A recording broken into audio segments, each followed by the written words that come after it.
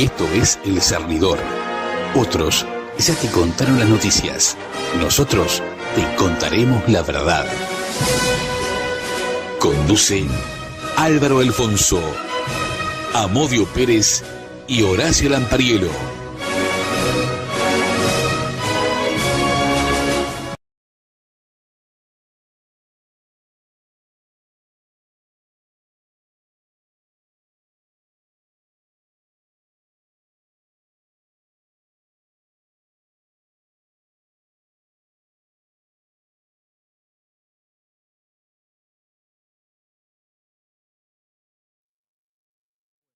Tardes. Tardes. Hoy, 2 de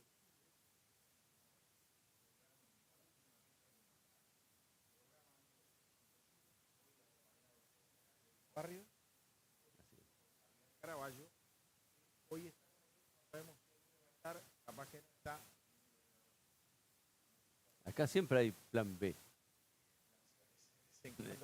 Yo he visto plan B, por ahora yo soy el plan B y el operador suplente.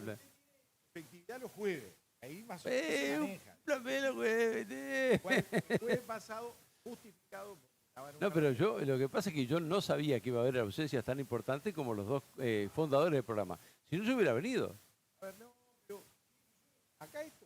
Usted juega en toda la cancha. Usted juega en toda la cancha. Televidente.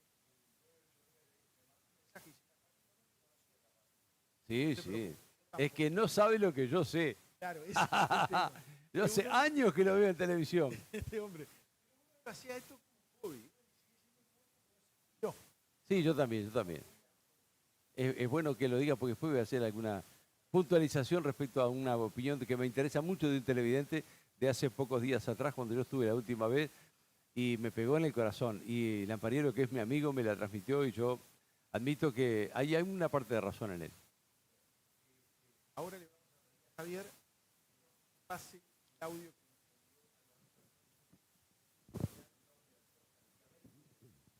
La próxima 6. Si viene Amodio y me voy yo a Grecia. ¿Vas para Grecia? Me voy a Grecia. Todo el mes me voy. No, si Pero después de príncipe consorte. te vas de príncipe. Sí, bueno. Como príncipe consorte. Como dice vas su con los guía. gastos pagos, el negocio. Como dice su guía, en Uruguay delinquir es negocio. El fiscal su guía lo dijo, el ex fiscal, hoy diputado, hoy senador de la República del Partido Colorado.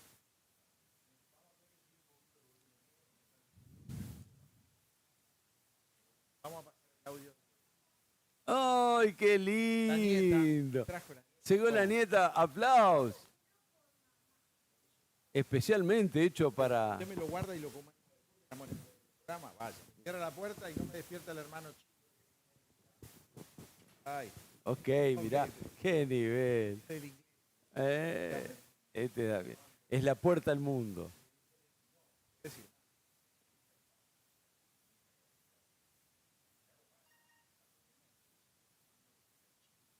Sí, claro, claro. Sí, sí, pero son tantos que claro. Sí, totalmente de acuerdo, sí. Tiene cursos gratuitos, sí. Chino mandarín es una de las variantes más internacionales. Ah. Tuki. ¿Cuánto cuesta? No, ese judío. Bueno. Audiencia del Cernidor, muy buenas noches. En nuestra última entrega habíamos quedado de leer el libro del capitán Jorge Trócoli, La ira del Leviatán, una entrevista que realizó a un capitán del ejército uruguayo, porque estamos mostrando en qué contexto se va a desarrollar el documental Bacacay 3570. Esa es un poco la idea para que ustedes tengan qué es lo que ocurría en la República Argentina. Pero antes de ir a eso, quiero contar alguna noticia. Bueno, en las últimas horas, 2 oficiales del ejército, 2 coroneles, la policía se presentó en su casa a la hora 20. Uno de ellos tiene 86 años, marcapasos, operado por una fractura de toda la pierna, es decir, que tiene que ser trasladado en una ambulancia, y la intención era ponerle la pulsera. En el otro caso, otro oficial de 82 años tuvo que ser acompañada por su hija para explicar qué es lo que ordenaba la justicia, es decir, ponerle la pulsera. En realidad, el primero, de 86 años, tiene apellido francés. Y esto es como aquel que procesaron por los ojos celestes. El coronel que fue procesado por los ojos celestes estuvo 3 años y medio preso y no tenía absolutamente nada que ver con el caso Gomenzoro. El francés que busca Percivale ya falleció hace bastante tiempo. Sin embargo, como este tiene apellido francés, lo procesa porque tiene una anotación en un legajo de un episodio que ocurrió hace 52 años, y fíjense, con su estado de salud, tener que salir en una ambulancia para que le pongan la pulsera. A mí lo que me llama la atención es el silencio sobre la participación de Percivale como orador político en un acto de los familiares de los desaparecidos. Y que se plantaron 197 árboles, cuando en realidad los desaparecidos en Uruguay eran 32 y ahora son 24. Con la sola excepción del expresidente Lacalle Herrera, el resto del sistema político no habla de este tema. Es decir, un funcionario administrativo del Estado toma posición en un acto político en la cual tiene incidencia sobre otro sector de la ciudadanía y no pasa absolutamente nada. La pregunta es, si algún director o presidente de un organismo del Estado salen e insultan al presidente de la República, ¿qué pasa? No lo sacan. ¿Qué es lo que ocurre? Es muy llamativo que este señor continúe allí en el cargo. Y porque además este fenómeno, cuando hablo de fenómeno, hablo de Percivale, no resiste un debate 5 minutos, porque la mayoría de los casos emblemáticos en los que está actuando son novelas y contienen gruesas irregularidades.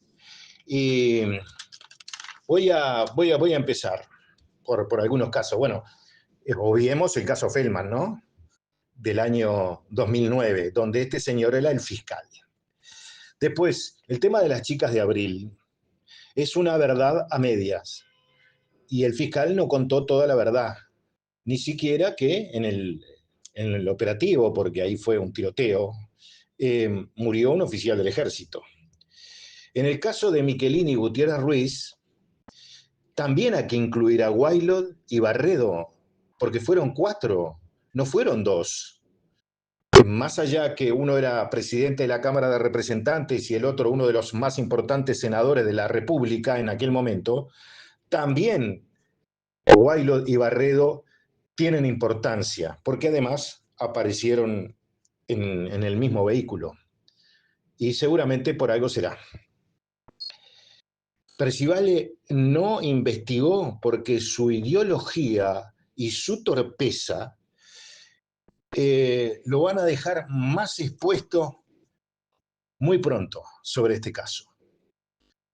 Después, en el tema de los vinos envenenados, reprobado también, porque la base es un informe de 28 páginas de uno de sus asesores, al cual conozco telefónicamente nada más, pero porque se comunicó conmigo para preguntarme algo. Y con ese informe se falla el fallo que se llevó adelante, ¿no? Pero les voy a dar una pista, si la quieren, ¿no? Pero como las pistas que nosotros le damos para Percivale no valen, porque las damos nosotros, la va a dejar de lado, pero igual la voy a decir públicamente. Ya que hablan mucho del sistema Cóndor, que en realidad se llamaba sistema Cóndor, no Plan Cóndor. El Plan Cóndor es un nombre que se le puso para que quede más lindo, pero se llamó Sistema Cóndor, que fue una represalia a la formación de la Junta Coordinadora Revolucionaria. Hay un archivo del Plan Cóndor, como se dice, en la cual hay un grupo de uruguayos que seguramente si busca por ahí va a poder resolver el caso. Y además va a tener que informarse sobre un funcionario de la época de la Embajada de los Estados Unidos, cuyos iniciales son YJ. Por ahí está el caso. Bueno, después venimos con el caso de Río Negro, la muerte del doctor Roslik en el año 1984, pero ya lo hablamos esto en el Cernidor. Hubo 3 operativos represivos durante la dictadura en esa zona, en San Javier. 1976, 1980 y 1984. En el caso del 84 es cuando, pocas horas después de ser detenido, Roslik muere en la unidad militar. Sin embargo, en el año 1976 hubo también un operativo en el cual estuvieron algunos días, y él dice que no los torturaron. Bueno, pero tuvieron 5 días presos. ¿Qué pasa? ¿Por qué solo tramitó lo del 80 y lo del 84 y no lo del 76? ¿Que será por un contrabando de armas que podía venir de la República Argentina para un partido político? Es una buena pregunta para que usted en un debate la pueda contestar. Y ahora sí voy a leer lo de este capitán del ejército uruguayo, entrevistado por el capitán Trócoli en su libro La ira de Leviatán, sobre cómo operaban los uruguayos en Argentina. En realidad, el primer contacto, ¿no?, entre el Servicio de Información de Defensa de Uruguay y la CIDE Argentina, contacto directo, se produjo en el año 1974. Y ahí el capitán del ejército uruguayo dice: cuando Perón agarra el poder, los montoneros quieren una revolución y le empiezan a romper las bolas. Y Perón, ya veterano y líder como era, no quiere que lo empuje nadie y tampoco quiere que gurises imberbes le vengan a decir qué es lo que tiene que hacer él. Se maneja con criterios de estadista. Más adelante, cuando se le pregunta sobre el tema de la CIDE, dice: la CIDE tiene bases en todo el país, bases clandestinas, camufladas, con un taller mecánico o una cosa así, todo el mundo de particular. La CIDE civil, los directores y subdirectores son oficiales en actividad, pero después para abajo, jefes de departamento y cosas así son civiles, hacen una carrera civil. Más adelante, le estoy haciendo un resumen de las extensas declaraciones que hizo, dice: enseguida de la muerte de Perón, relevan a los viejos peronistas al mando de las bases y ponen a oficiales de las Fuerzas Armadas, oficiales de inteligencia en OT1, esa era una de las bases. Por ejemplo, había un teniente coronel de la Fuerza Aérea y el segundo era del Ejército, ambos de inteligencia. Allí nos dan lugar para dormir. Era una base vieja que creo que todavía sigue estando. Era secreta en teoría. Ya la conocían y le habían puesto una bomba. Por eso no se usaba la parte del casino de oficiales que daba a la calle porque estaba más expuesta. Allí es donde los tipos nos alojan, a 2 oficiales uruguayos, allí dormíamos y nadie nos daba bola. Los jefes de ellos no nos daban ni pelota, como si no existiéramos. Dice el capitán uruguayo: alguno de nivel más bajo de repente venía a charlar, pero normalmente el tiempo pasaba con nosotros esperando a ver si pasaba algo, si había noticias de cosas. Por ejemplo, nos decían: tenemos detenido a fulano, ¿es tupa? Y nosotros mandábamos un fax al servicio, nos decían los antecedentes y les decíamos sí o no. Después de lo que pasaba con el fulano no nos enterábamos. Con el tiempo empezamos a saber. A veces los mandaban a la cárcel, a veces los mataban, a veces les tendían o les compraban armas y a veces los robaban. Y Trócoli pregunta: ¿los de la CIDE mismo? No, la policía era la que hacía el trabajo. Vía CIDE, se comunicaba con nosotros. La CIDE en operaciones las hacía por medio de gente contratada. En esos días en que nadie nos daba bola y pasábamos tomando mate y viendo televisión, una vuelta aparece un tipo que quería conocer a los Tupa, es decir, a nosotros, porque nos decían así. Era un veterano de pelo gris, casi blanco, engominado, orejudo, con un traje azul cruzado, un Rolex de oro.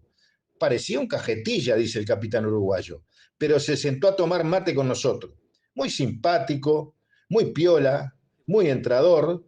Después nos enteramos que lo habían contratado para hacer un par de homicidios. Los había hecho, pero en esos contactos con la CIDE, que le había pagado unos buenos pesos, se había robado una valija llena de material para falsificar documentos y hacía documentos de cualquier tipo. Era Aníbal Gordon, el viejo. Y ahí el capitán uruguayo agrega, empezamos a enterarnos de que el tipo había estado en la cárcel por matar a un policía, que era el ladrón de bancos más grande de Buenos Aires. Era una persona tan jodida que se plantea a quienes estaban al mando en Uruguay que era mejor no trabajar con ese tipo. El problema era en el CID nuestro. No había un peso, por eso nos alojábamos allí. No pagábamos, nos pagábamos solamente la comida, comíamos en un lugar que llamábamos el vómito honesto. La comida era horrible y el servicio peor, pero eran honestos. El mozo nos decía que si comíamos allí era porque no teníamos plata. Así que nos aguantábamos o nos fuéramos al centro. Así que come y no te calientes. Por la falta de medios y de dinero era que estábamos allí. De cualquier manera, agrega, los oficiales pasábamos aburridos sin un peso y el viejo Aníbal comienza a venir a buscarnos, nos invita a comer, nos lleva a su casa. Era la forma de comer normal. De vez en cuando nos enviaba a un restaurante a comer un asadito, era una fiesta. Y el viejo entra a hacerse camarada. Era simpático, entrador, independientemente de lo que se decía que era un asesino, con nosotros era un tipo simpático y normal. Eso dijo el oficial uruguayo en las páginas 113, 114 y 115 del libro La ira del Leviatán. Y bueno, para terminar, estamos viviendo en la historia del Uruguay temas muy complejos, ¿no? Bueno, allí aparece nuevamente, en medio de este circo romano, el circo que nos dejó el legado de ustedes saben quién, ¿no? Nos reencontramos el próximo lunes.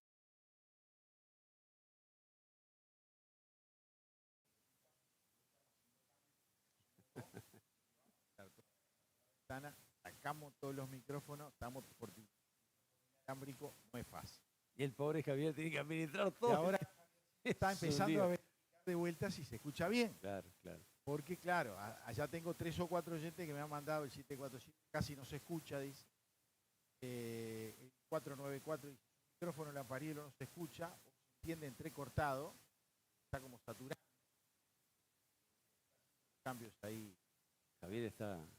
El hombre perilla. Y bueno, ¿qué le veo? Tiene buena cara Javier, me parece. Cambiamos de cámara también porque habíamos puesto una que nos está consumiendo mucha memoria, verdad, nos está volviendo loco. Pasamos a una que el plano es más viejo. En líneas generales, porque está todo hecho al final de su audio, que es la historia que se puede hacer en montaña. Es curioso porque lo de Amodio viene más o menos hasta el momento en que el Álvaro arranca. Es completo el espectro. Es Exacto. fácil, en algún momento hasta se superponen las experiencias de vida y eso lo hace de un valor histórico extraordinario. Exacto. Extraordinario. Coincido contigo. ¿Sabes por qué, Albert? Porque lo que está sucediendo hoy, se juzga a gente no había que juzgarla. Sí. Bueno, Dos. Dos referentes. Sí, exactamente. Pero bueno, eso no quedó lo suficientemente claro para algunas mayorías del Parlamento que interpretan que la voluntad del pueblo está por debajo de la opinión del Parlamento. Exactamente. Porque eso fue lo que Nunca pasó. mejor dicho. Sí, sí. Es así. Nunca Los mejor. señores legisladores, senadores y diputados, el gobierno del frente decidieron derogar determinadas leyes para poderlo juzgar. Correr los plazos legales, cuando empezó la dictadura, cuando no hubieran prescrito todos los delitos. Vos te encontrás con militares, que relata Álvaro, que fueron enviados en misiones oficiales a la República Argentina, oficiales del ejército, de armas, pero principalmente del ejército, que habían de otros.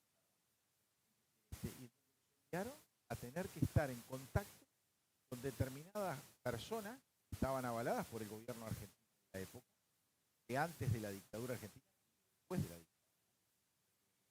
Grupos paramilitares allá estaban avalados por el gobierno de Isabelita Martínez de Perón, luego que vino el golpe de Estado.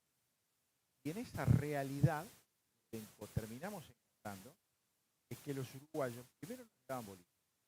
Después vino un veterano, un viejo, que resultó ser Gordon, el principal asesino que vieron por esa la única banda. Sí, de verdad. ¿Ah? Entonces le cargan las tintas a supuestamente la banda más importante, que era la famosa banda de Gordon, que tenía supuestamente un control de la CIDE, oficiales de la CIDE, que eran los enlaces, esa gente que eran paramilitares, ladrones de banco, delincuentes, que habían estado presos, y salía a hacer el trabajo suyo. Pero que realmente los que mandaban no eran oficiales de la CIDE. El enlace, que le decían que no los podían controlar. Y todo esto ustedes lo van a ver mejor esclarecido a través del documental que en el Bacacay, Bacacay 3570, que es la dirección. donde había un enterradero, un lugar donde tenían secuestrada a la gente, que fue poco a poco nombrado, pero que fue en el periodo que fue el tema de Lao, Rosario Barredo, su esposa, Guerra Ruiz de Miquel. No hay que olvidarse, no fue Miquel Guerra Ruiz, 4. Por algo ustedes tomaron ese título para ese documental. Claro, porque se detectó que no era en Orleti, pero Orleti está al fondo, están en la misma. O sea que esa dirección no es en Uruguay. No, Es la en Buenos República Aires. Argentina, la zona de Flores, cerca de Flores, barrio de Flores, que son situaciones fáciles para vivir. Claro. Me dice algún televidente, Horacio todavía se sigue escuchando, está muy bien. De repente hacemos un corte y No, probamos. venimos bárbaros. Vamos ¿Sí? a seguir, así que Porque a lo mejor toma tu voz de micrófono de que yo tengo. Es no, posible. porque son todos direccionales. Pero bueno, queríamos mejorar y estamos haciendo las experiencias. Mejor hacerlo ahora que cuando estamos los 4. Ahí sí quiero ver el baile donde nos vamos a ver. Viste que la gente te quiere escuchar a vos. ¿Quién es, No, ese, ¿quién es parece- ese pelado? No, ¿cómo que no? Si a usted ya lo ubica. Algunos cierto, al principio sí. preguntan, che, ¿quién es? Ya hasta me pegaron incluso.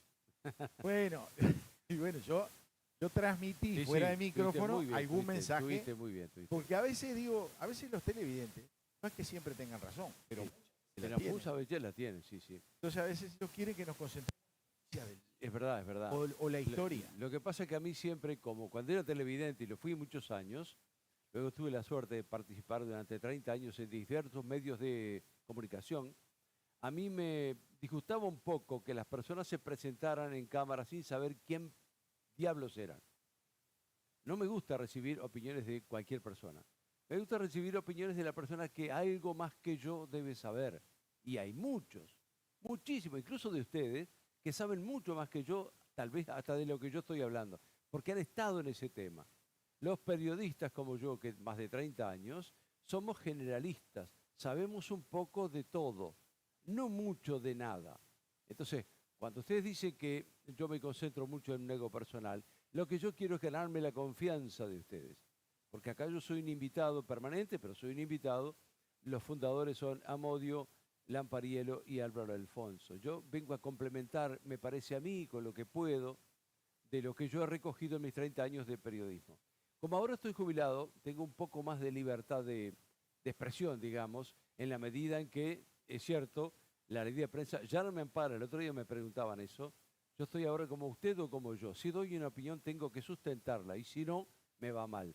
Entonces, pido disculpas si mi intervención a veces se ve como una exaltación del ego o de alguna historia personal, pero es que yo quiero que ustedes sepan quién soy yo. para descartar mi opinión o mi posición o para tomarla en cuenta. Es solamente eso. No quiero que venga aquí un tipo que no saben quién es, aunque creo que cualquiera que ponga mi nombre, Albérico Barrios, en Google lo puede encontrar y ahí verán que tengo alguna cierta trayectoria, cierta experiencia en este tema, tanto que mi amigo, Horacio Lampariello, porque fue él el que me convocó, dijo, ¿por qué no te venís a ver si complementás el programa? Siempre viene bien una opinión. Bueno, perfecto, encantado. Yo le había propuesto varias veces algunas cosas que él encontró de recibo, porque obviamente no puedo en ninguna forma ocupar el lugar de Amodio Pérez, mucho menos de Álvaro, que es una biblioteca viviente. Y el encanto de Horacio Lampariello, a veces lo comparo con otro conductor de televisión en el programa en el que participé, y él se ríe, dice, sí, pero estos programas necesitan ese encanto, esa chispa, que yo no tengo. Horacio. Bueno, ya hizo la aclaración del caso. Sí. A ver, la gente cuando mira, tiene que, ahí discrepo, no tiene que mirarnos a nosotros. Ahí tiene que escuchar lo que nosotros decimos, coincidir o no con lo que decimos. Mañana se lo dice la inteligencia artificial y capaz que quedan contentos. Es posible, ¿eh? Porque si nos vamos a prejuzgar en la previa, pedimos la previa prejuzgamos por la persona que lo dice, estamos aquí. Ahí no se la llevo. Hay Lo que escuché. tener un poquito de paciencia. No. Tenemos acá que dice el 494, Lampa, pedirle reembolso a T. No, esos son con IVA, no, estos vinieron sin IVA. Lo que pasa que no sabemos, no andamos muy buenos en el armado de este negocio. Lo mío fue la iluminación, el audio. Yo diría que el audio sí en todo caso. No, los pero micrófonos no a este sí, nivel. pero no el audio. No a este nivel. No este tipo de producto. Hay otros productos que son más fáciles. Vos los empatillás y quedan Sí. bárbaros. Electrónicamente. De Pero último volvemos a los micrófonos de mesa que le dan un aspecto señorial. estamos probando. Mejor probar 2 que probar 4, que va a ser un lío. Aparte cuando venga el que te dije y con el otro... Por eso. Viste que con eso no hay vuelta. No, yo creo que es un tema de ajuste de frecuencia. Es posible. La tuya está saliendo bien, la mía parece que sale perro. Yo ahora voy a pedir que pasemos a un tema que es el tema de Richard Reed, gente sindicalista, que fue sindicalista, ahora dejó de serlo, del tema de la bebida. Fue uno de los oradores, el 1 de mayo. Y llamó Previa- la atención. Exactamente, antes del retorno a la democracia. Casi habló como un empresario. Dijo que no quería los sindicalistas haraganes, que no van, Sí, que sí. faltan, que Claro. complican. Eso lo dice ahora. Yo estoy recordando cuando lo dijo el 1 de mayo Yo lo recuerdo. de la previa, seguro. Fue el orador principal. Fue el orador principal, un Claro. tipo, y acordate que en aquella época pasabas por la censura. No es lo que dijeras, porque no lo censuraron. Querían saber quiénes eran los que iban a hablar. Y el hombre la llevó bárbaro. Y ahora dice grandes verdades que pueden empezar a terminar de abrirnos la cabecita para saber por qué estamos tan mal a nivel de seguridad republicana. Mirá, no lo escuché. Vamos a ver. Vamos a escuchar. Directa, hablar de educación y hablar de empleo es como nombre y apellido. Es indisoluble. No se puede hablar de empleo si no se habla de educación. El mundo de hoy amerita un nivel educativo mayor en una América Latina donde está casi agonizando el sistema educativo, y el que no lo quiera ver, que mire para un costado, pero es verdad. Chiquilines que llegan a cuarto o quinto año de escuela sin comprensión lectora, que pasan al liceo y seguramente el 40 y pico % no van a segundo porque se aburrieron, porque no entienden nada. Esa es la generación que América Latina y el Uruguay está degenerando. Por lo tanto, el sayo a quien se lo quiera poner, porque realmente hay una gran crisis en el sistema educativo a nivel, por lo menos de la región, y en Uruguay ni que hablar. Eso hace que mucha gente que lo ve, que lo entiende, que lo valora, como en mi caso que solamente tengo primaria, dijimos, es acá. Hay que ponerle el diente en darle una mano a los gurises que más lo necesitan, de contexto crítico. Aquellos que la gran pelea no es por conseguir un mejor empleo, es sacarle el bulto al narcotráfico que lo viene a reclutar por 300 pesos.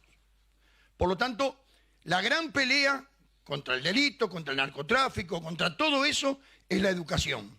Cada chiquilín que mantengamos en el aula es un gran triunfo y hay que festejarlo con un gran triunfo.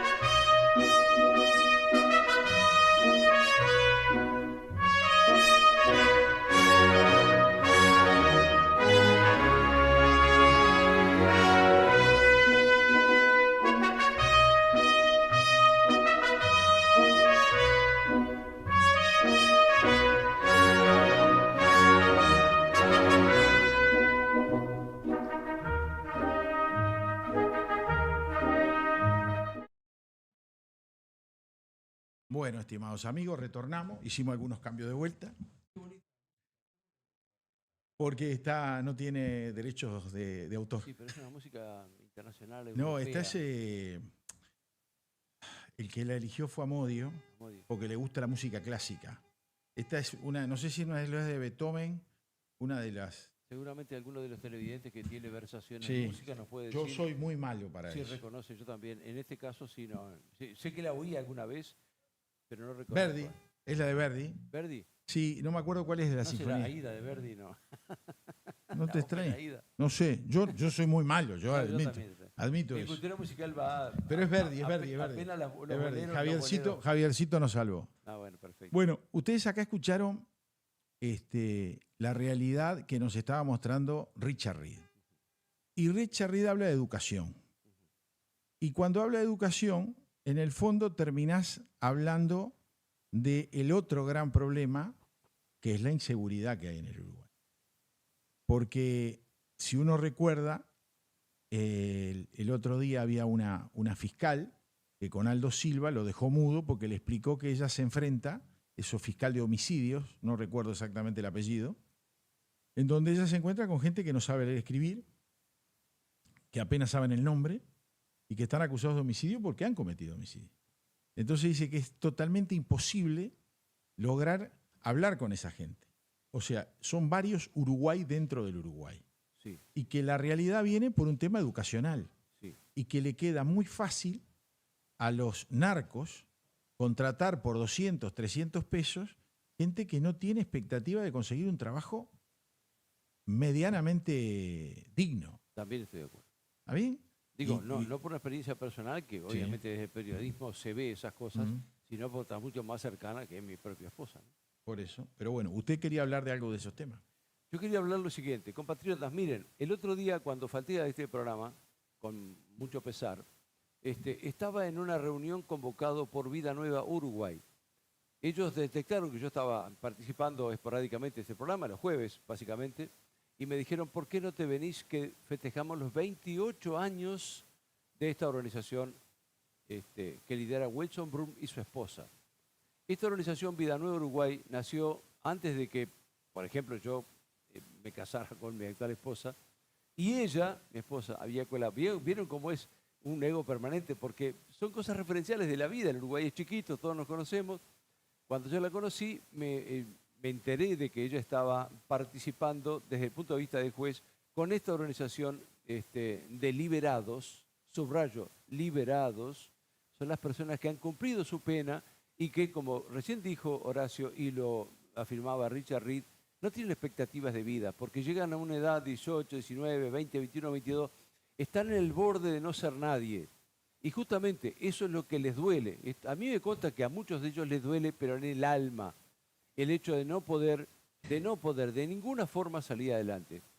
Estas personas, en la mayoría son varones, tienen menos de 25, 24, 23, empiezan a los 19 más o menos, cuando ven que se les cierran todas las oportunidades. Esta organización Vida Nueva Uruguay, que lidera, como dije, un ex rapiñero, Wilson Brum, a quien conocí, obviamente, como dije, a través de mi esposa, porque ella me había hablado cuando nos casamos de que ella colabora con una organización de liberados, que son estas personas, como dije, que salen de la cárcel y buscan un lugar donde ir. Obviamente ustedes sabrán que hay un lugar que se llama Patronato del Liberado, pero en ese momento no sé si estaba muy activo.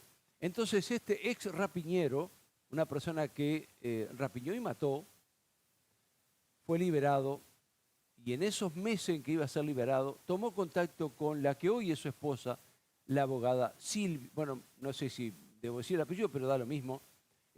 Y Silvia lo ayudó a él porque ella tenía un cierto espíritu religioso.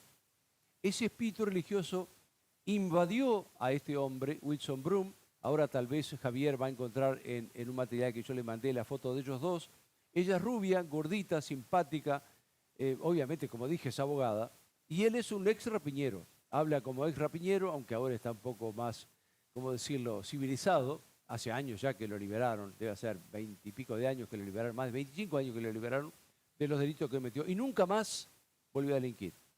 Y él quería para otros conocidos de él, y algunos que no lo eran, una vida nueva. Por eso fundó esa organización de la que al principio hasta yo desconfié, llamado Vida Nueva Uruguay.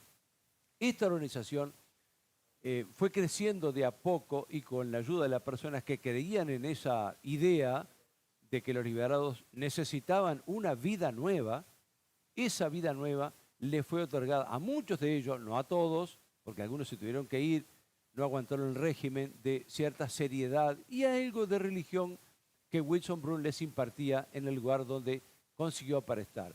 Primero prestado, luego alquilado, finalmente lo compraron con dinero del exterior, porque él rindió cuentas a las personas que están en el exterior, que tienen la buena fe de colaborar con las personas que aquí en Uruguay delinquen y luego de ser liberados no encuentran una salida.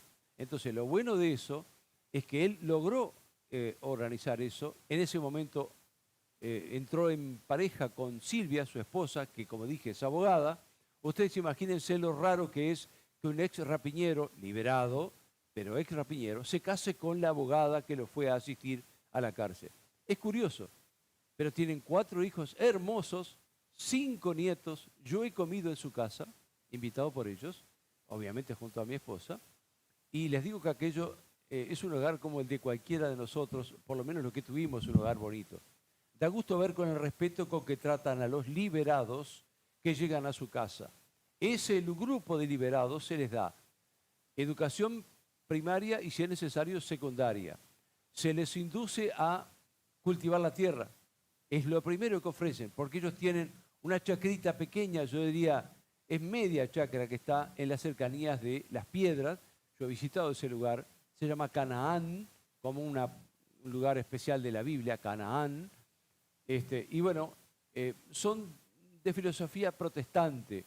Y hasta creo que en su momento Wilson Brun fue de izquierda. No sé si ahora lo es, porque ella dijo que se tiene que desprender de todo eso, porque lo han ayudado de todas las formas posibles todas las personas que han querido ayudarlo. A los 28 años, en el Salón Lazaroff de hace unos días atrás, en la calle Belloni, allí en el intercambiador de Belloni, allí hay una sala hermosa, nunca la había visitado yo, estuve allí, con ellos había 270 personas en las gradas. La mayoría, obviamente, familiares de los liberados que han sido ayudados por esta organización Vida Nueva Uruguay. Obviamente estaba su esposa, estaba el que hoy es presidente, un liberado que se ganó ese lugar. Wilson Brun ahora se reservó la secretaría de la organización, es una organización con toda la regla, tiene autoridades, tiene comisión fiscal, como cualquier ONG, como cualquier asociación. ¿Y saben quién estaba allí? El profesor Yamandu Fau. En ese momento en que él pidió que el Estado le reconociera la persona jurídica, Yamandu Fau era el ministro de Educación y Cultura. Y fue con la gorrita en la mano, según lo contó el propio Wilson Brun, a pedirle un lugar, un local para funcionar, porque una ONG sin local es muy difícil. Él en ese momento no tenía domicilio, la esposa no quería todavía involucrarse con un proyecto tan grande, y entonces le dio ministro de Educación y Cultura, que estaba allí presente, muy viejito, pero está presente, muy lúcido además, Yamandu Fau, a quien conocí hace muchísimos años. Lo frecuenté en el Cerro cuando en sus campañas políticas, pues en el Parlamento, en fin. Y bueno, nos reconocimos, nos saludamos. Y había 270 personas y una murga completa, y el espectáculo, digamos, el evento duró como tal, como 3 horas, y 1 hora completa lo ocuparon las murgas. El proyecto similar, el que viene, es de mujeres, porque omití decir que el proyecto Vida Nueva Uruguay hasta ahora se ha sustentado con los liberados varones, porque es muy complejo tratar con mujeres en la medida en que ellos tratan también con varones. Por tanto, en otro lugar, distante del lugar donde hoy es Canaán, sustentado por Vida Nueva Uruguay, se va a iniciar un proyecto solo para mujeres liberadas. Aquellas que han cumplido su pena, obviamente que ellos van primero a la cárcel a ver quién tiene ese perfil adecuado para saber si calza. Porque hay algunos, sinceramente, creo que Horacio le dijo, a Richard Reed lo sugirió, y hay una, creo que usted también lo piensa, de cada 10 liberados, en mi opinión personal, solo 3 son recuperables completamente. Eso que dicen, nunca más, nunca más. Hay otros que dicen, bueno, no sé, tal vez si me dan una mano, y hay otros que no les importa un pomo. nacieron y van a morir ladrones o rapiñeros, incluso asesinos, ¿eh? Porque han empezado a los 19 y tienen 31 y siguen matando. O sea, a ver, esto es una opinión personal, no compromete a Horacio ni al programa, es una opinión personal de mis 30 y pico de años como periodista y con esta organización. Para terminar, quiero decirles que Javier les va a mostrar 3 testimonios muy breves de unos segundos cada uno de muchachos que se brindaron allí a aquel lugar para hacer que el público que estaba presente y los que ahora van a ver, en realidad Villanueva funciona porque recupera personas. Muchachos jóvenes, buen porte, los van a ver saludables, fuertes, pero que cometieron el delito de tener la carga de haber sido cumplida la sentencia, son hoy liberados, pero esa carga a veces se arrastra toda la vida. No sé si Javier tiene pronto 3 testimonios. Cualquiera de ellos es válido, todavía no. Bueno, entonces se lo enviaremos en otro momento. Como dije, lo importante de este proyecto es que continúa después de los 28 años que lleva en funcionamiento y va hacia el amuchar, como decía un viejo cómico argentino, va a hacer la obra que está haciendo con los varones y lo quiere hacer con las mujeres. Yo siempre tengo alguna duda, siempre soy escéptico. ¿Por qué? Porque soy viejo y porque soy uruguayo. Pero yo creo que eso puede funcionar. No sé qué opinará Horacio, si ha tenido alguna idea de dónde está ese lugar, quién es Wilson Brum y su esposa, o de la organización Villanueva Uruguay. ¿Horacio? Bueno, yo no los conozco, estas 2 personas, pero lo que sí digo es, todo esfuerzo para recuperarlos es válido. Y te voy a decir más, los esfuerzos que hacen los privados, privado como persona. Que algunos ni siquiera quieren que se sepan. Claro, Tan claro. honorable que Esa gente que hace eso son los que realmente andan bien. Sí. Después tenés, o sea, ¿qué estoy diciendo con esto? Que el Estado uruguayo fracasa totalmente. Cuando los emprendimientos los llevan adelante el Estado, estamos en el horno. Vos me dirás, pero vos querés privatizar todo. No, yo no quiero privatizar nada. Yo lo que digo es que en ese tipo de cosas andamos mal. Yo aclaré que hay una organización de liberados que se llama el Patronato del Liberado, que ha hecho lo posible, pero... No, pero no es lo posible. No. El problema es que con toda la infraestructura que tiene el Estado, no puede ser que fracasen como fracasan cuando esta gente arma un evento, arma una asociación civil. Tiene una chacrita. Tiene una chacrita, cultiva, trabaja. Y te voy a decir más. Cocina. Acá siempre han dicho que, por ejemplo, Veraca. Sí, lo conozco. Lo conoces. visité. Está, Sí, Veraca. Yo lo visité, no lo conocía y es una maravilla. Álvaro Dastugue está al frente. Han salvado un montón de muchachos que están en las drogas, en las aún adicciones. más jóvenes, ¿eh? Sí, claro, sí. Y lo que me han demostrado, que los tipos lo hacen a pulmón. Totalmente. Y, viste, a veces le tiran los palos, porque hubieron algunos periodistas como el Ignacio Álvarez, que estuvo un tiempito dándole duro a la gente de Veraca. Y yo lo que vi en la gente de Veraca, que lo que les da es disciplina, pero voluntaria. Mirá que no los obligan a estar ahí. Si no les gusta, ahí tiene la puerta y es abierto.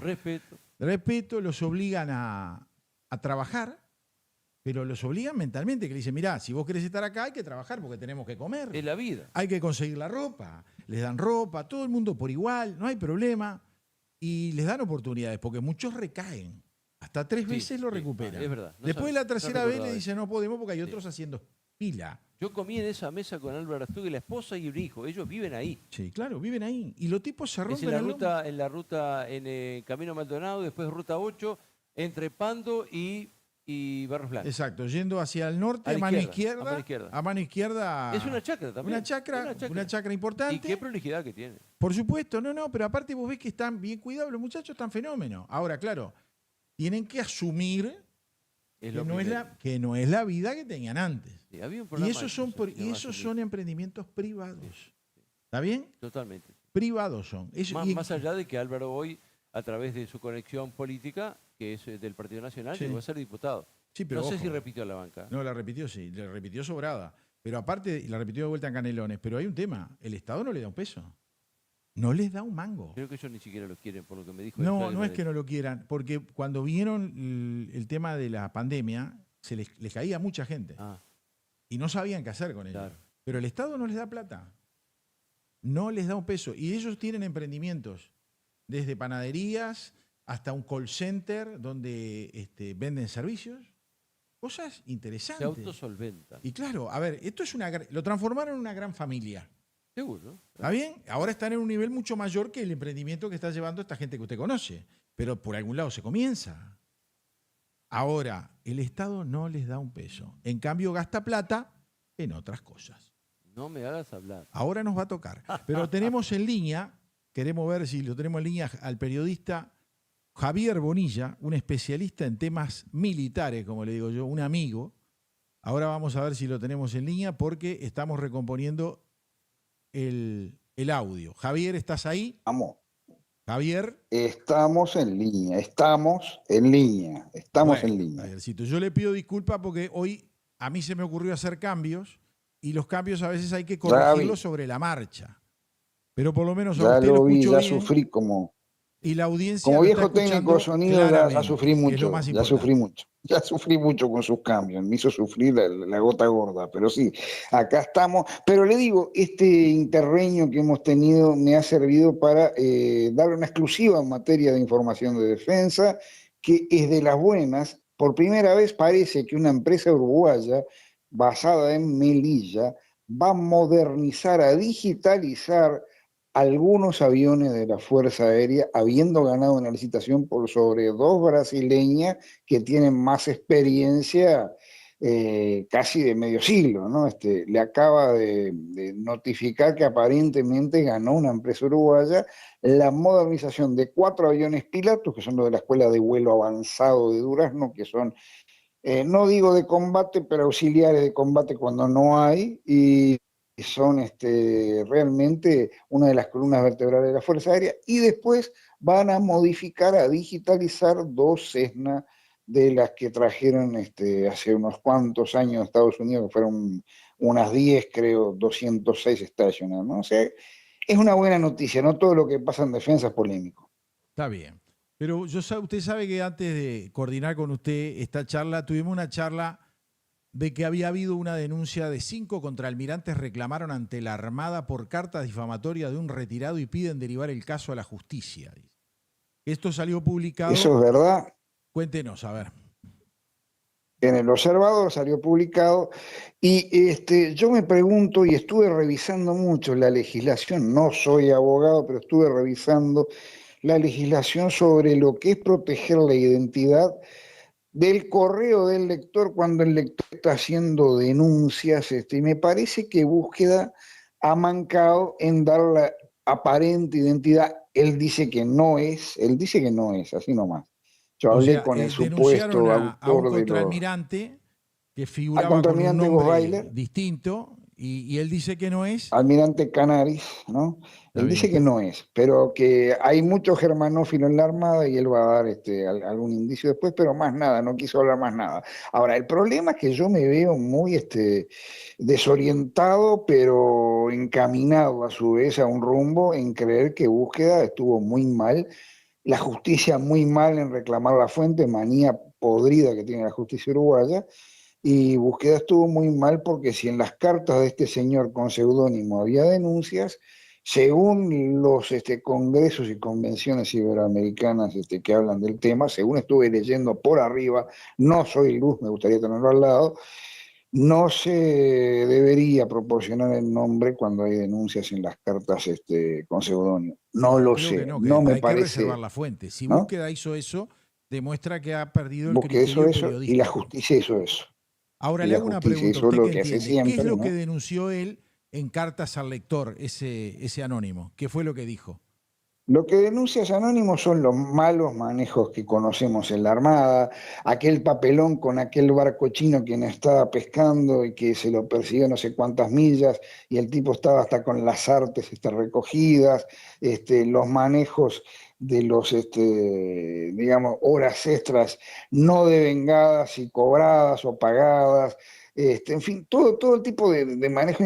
Claro, acá lo que pasa es que tenemos a 2 Tinelli en la prensa, uno es Preve y el otro es Ignacio Álvarez, que lo único que les importa de la Armada es el tema de las famosas OPB, que no son lanchas, que son corbetas casi, de 90 metros, y una lancha tiene 90 metros, yo soy Gardel, y entonces, que van a salir, que se están haciendo y que se va a cumplir con el contrato, ya le adelanto.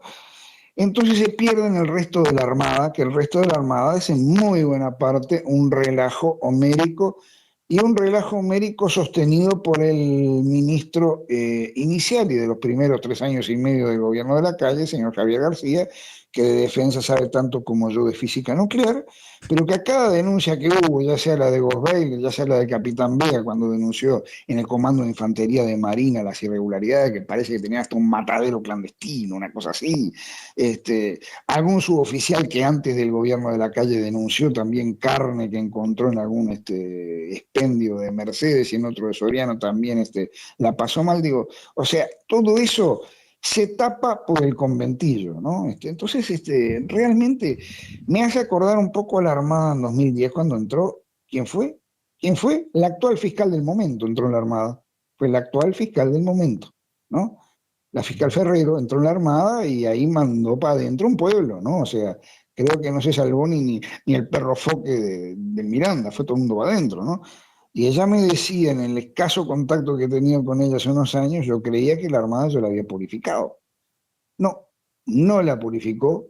Muy por el contrario, simplemente aprendieron a cuidarse los que hacían las cosas mal, pero digo, así mismo como hacen las cosas mal muchos, la Armada está llena de gente muy buena, muy profesional, desde los buzos hasta los rescatistas, los pilotos navales, digo, hay gente que se la juega la camiseta todos los días y no merece este tipo de manoseo, ni merece que un ministro como fue García tape toda denuncia que se haga, que por ejemplo, premie a gente que estuvo con la responsabilidad de cuidar a sus subalternos y terminaron 3 muertos por un atentado muy poco aclarado hasta el momento en lo que es el Comando de Infantería de Marina en Cerro, y premiarlo con una agregaduría que Alemania rechazó. O sea, evidentemente la Armada de las 3 fuerzas es la que tiene más problemas internos, por lo menos visibles. No digo que las demás sean Heidi, ¿no?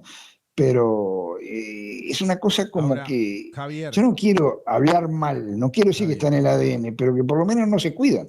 pero una pregunta, ¿cuál fue la actitud que tomó la ministra de Defensa por esta denuncia? Bueno, la ministra de Defensa, primero que no tuvo nada que ver en el planteo de los almirantes, y la actitud que tomó yo creo que es la que corresponde. Bueno, además de analizar la identidad de quién fue o quién no fue, voy a analizar el tenor de las denuncias, a ver cuál procede. Correcto. Y yo creo que es eso lo que García no hizo. Y lo que Castañeda, que fue mucho mejor ministro que García, pero mucho mejor ministro que García, no tuvo tiempo de hacer, digo, ¿no?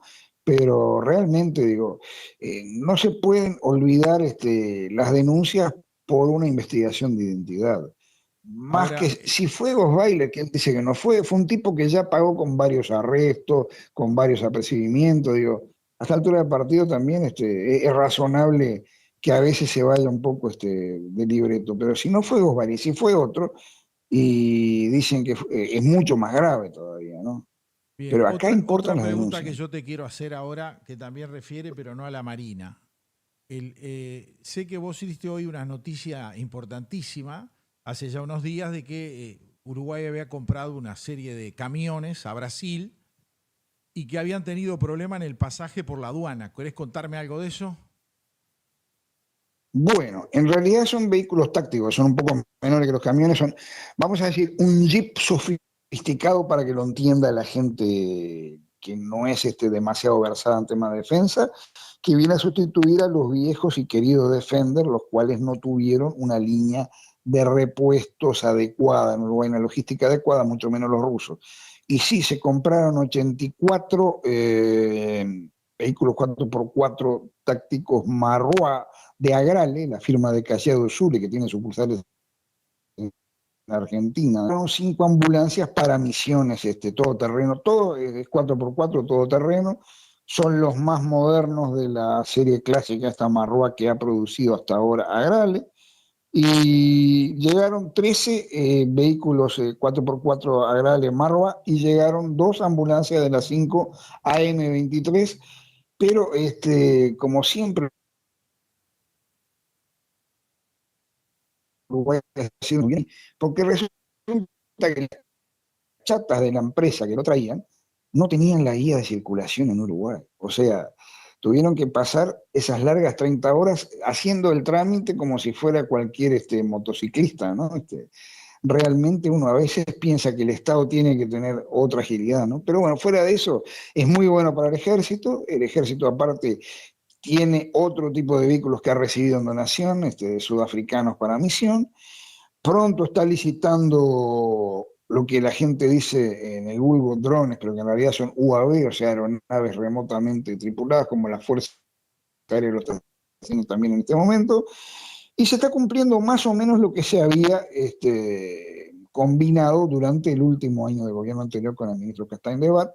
Y creo que la ministra le va a dar continuidad a todo porque son materiales que están precisando de rodillas, así como los super tucanos que vienen para la Fuerza Aérea a principios de año, así como material electrónico, o sea, material que se precisa y que realmente no tiene que ser el fin del equipamiento de la Fuerza Aérea, sino el principio de un reequipamiento, porque estábamos muy, pero muy mal en 2019, muy mal. Cuando digo mal es Bueno, muy, pero muy mal. Entonces, bueno, mi bueno, amigo, realmente es un recomienzo.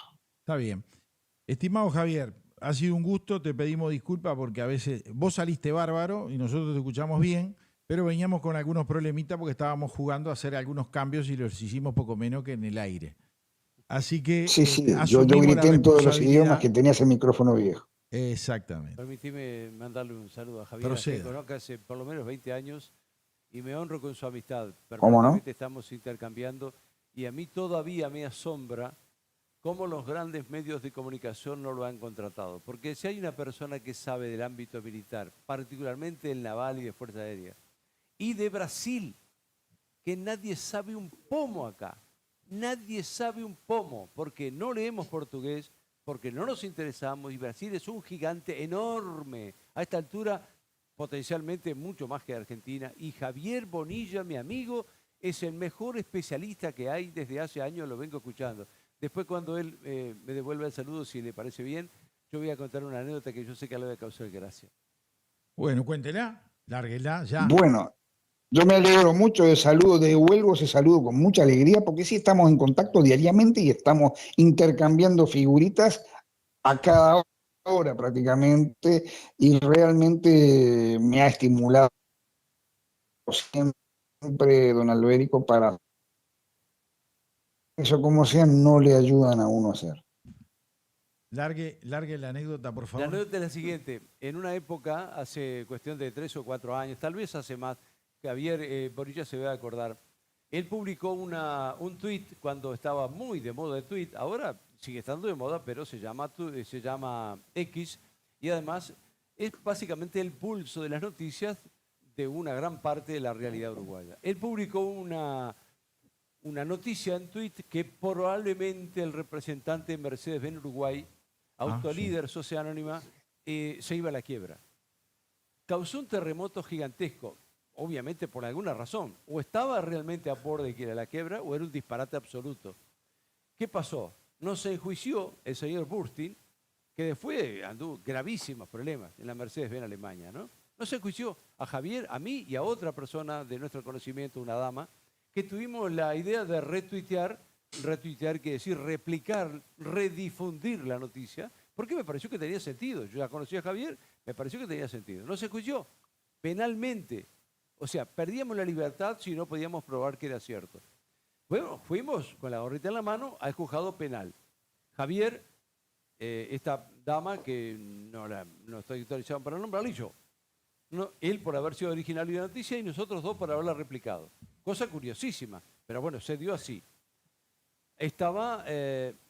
Yo fui con un abogado, obviamente no tenía más remedio, corría riesgo mi libertad. Javier tuvo otro abogado muy notorio que luego fue directivo de ANCAP.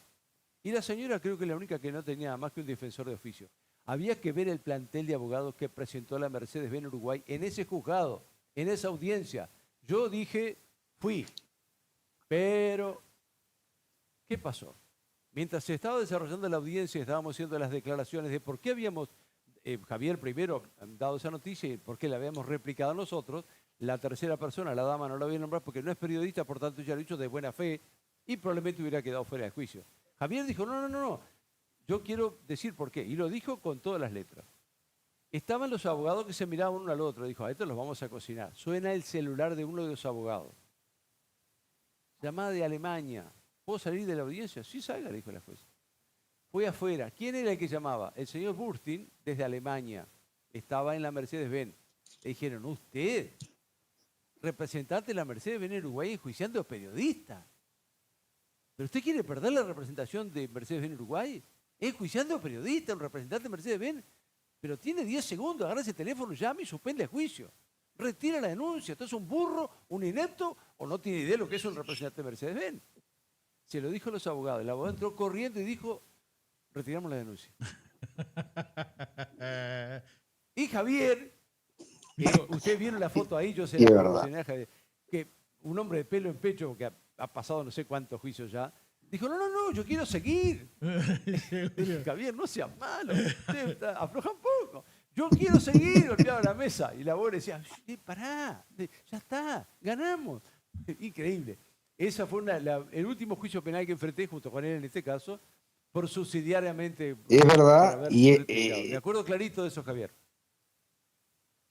Es verdad, y hay una picardía en el medio, porque yo trabajaba en una revista alemana. Seguro, ese que es el tema. fue aquella que Agniato me quiso echar, y realmente uno de los gerentes era conocido de un gerente de Mercedes-Benz. Entonces me dijo, no te va a decir nada Mercedes-Benz, pero tú explícale esto que me estás explicando a mí al gerente fulano de tal, y va a pasar algo. Y evidentemente pasó algo. Y lo que pasó fue que agarró el señor de Mercedes las cuentas de Bustin y no le gustaron nada. A la prueba está, Javier, que poco tiempo después se vendió la representación del Uruguay de la Mercedes-Benz, que se llama Autolíder, está ahí en los accesos, enseguida que uno zafa el puerto, está a la derecha un espléndido local. Él vendió, se fue. Este fue el que le vendió el avioncito a Tabaré Vázquez, ¿se acuerdan? Aquella porquería que no servía más que para llevar una persona de un lugar a otro, que nos hicieron comer de que era una ambulancia, toda esa historia. Que la camilla entraba de costado. Sí, que había que voltear el muerto chorreando la sangre y todo para que...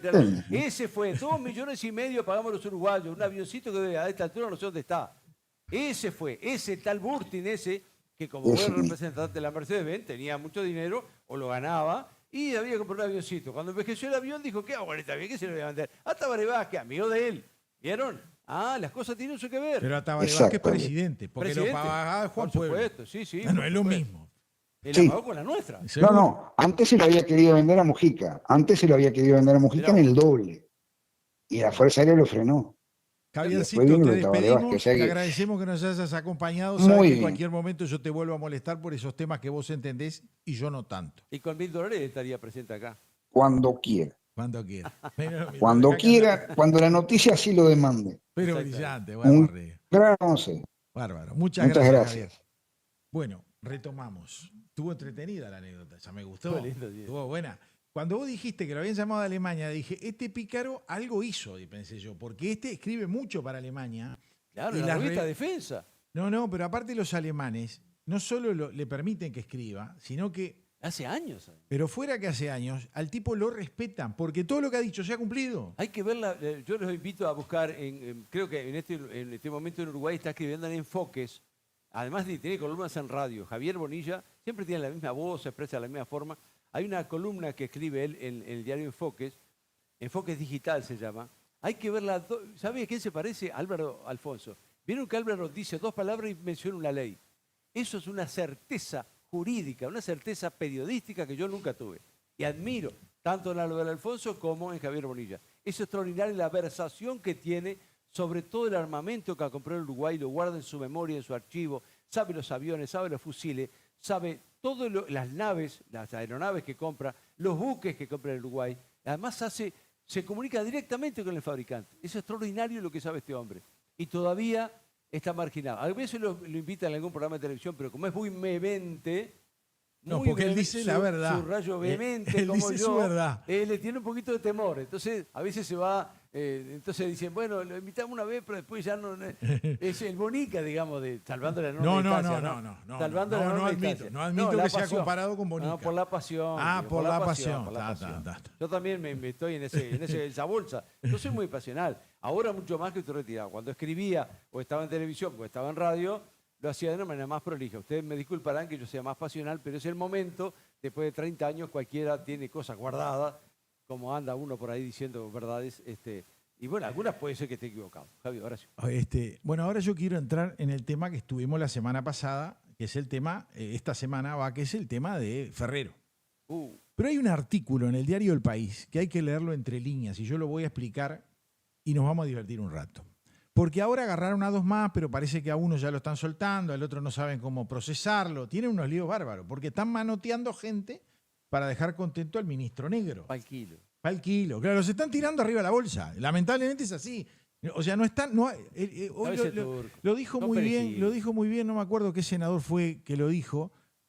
Sí, creo que fue un senador, no recuerdo quién específicamente. Le dijo, en el Uruguay no hacen inteligencia.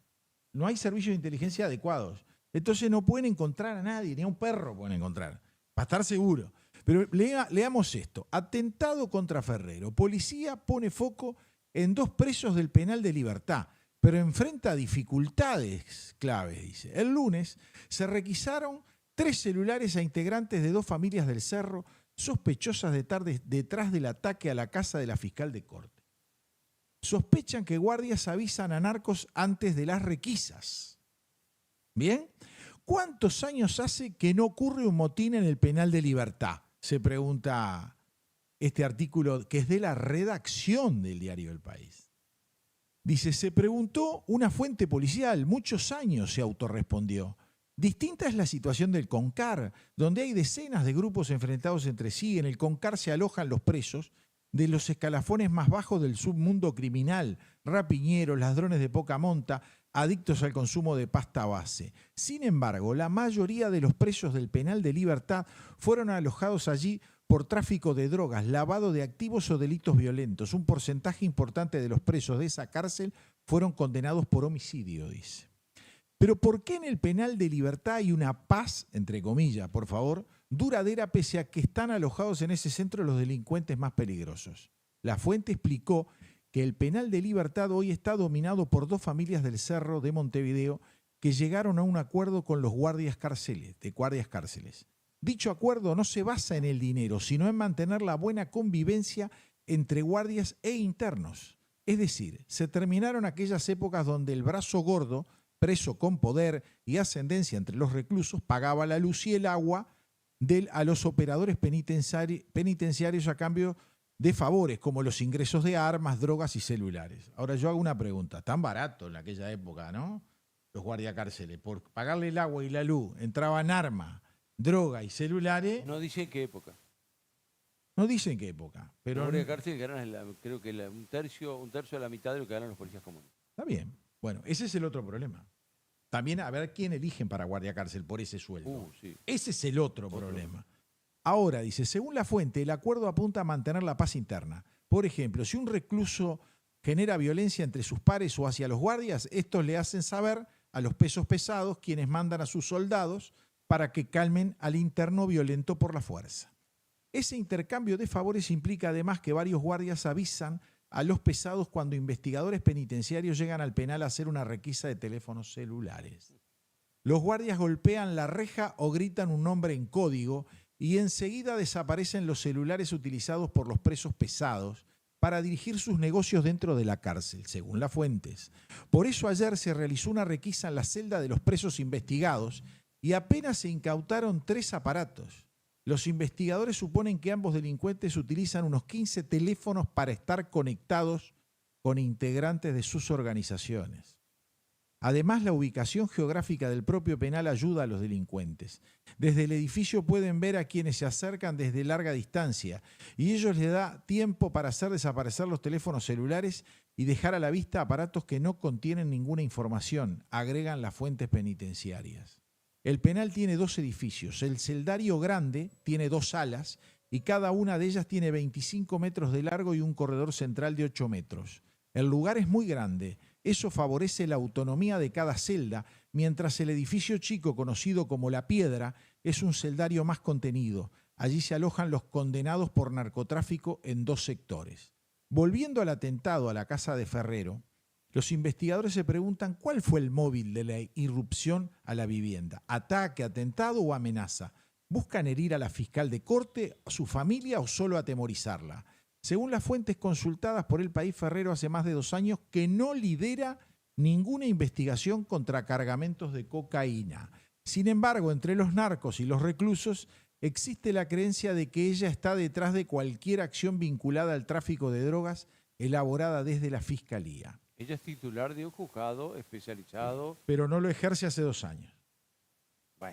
Bueno, ellos dicen justamente que es la que está atrás. Si vos no estás en el programa y yo estoy a cargo, o uno de los titulares, vos no estás ausente. Esta es tu casa, este es tu estudio. O sea, a ver, yo conozco a Ferrero y ella se comunicó conmigo porque yo le planteé mi solidaridad, pues la conozco. De hecho, fue la fiscal de un juicio famoso que me hicieron a mí en el momento que yo trabajaba en el Diario de la República, por tanto la conozco hace 30 años. Y ella me dijo, fue un ataque mafioso. Lo tengo acá, en el celular. O sea que yo no sé qué fuente está manejando, me parece bien. No, pero ellos dicen... Está bien, pero, a ver, no, los detalles ella no dice nada de los narcos. Ella, no, exacto. A mí me dijo que era un ataque mafioso. Está la palabra acá, la tengo en el WhatsApp. Está bien, pero justamente la mafia puede tocar varios puntos en este país. Sí. ¿Está bien? Sí. Y en el mundo. Después dice, imputado. La justicia a solicitud de la fiscal de estupefacientes de cuarto turno, Angelita Romano, imputó ayer a uno de los detenidos investigados por el atentado contra la fiscal de corte. Y sí, todos tienen algo. Todos están todos embarrados. Cualquier perejil que agarren está todo embarrado. Exacto. Lo pueden procesar por feo. Igual. No, pero es que aparte del sistema nuestro, ya no tienen que mostrar pruebas convincentes además.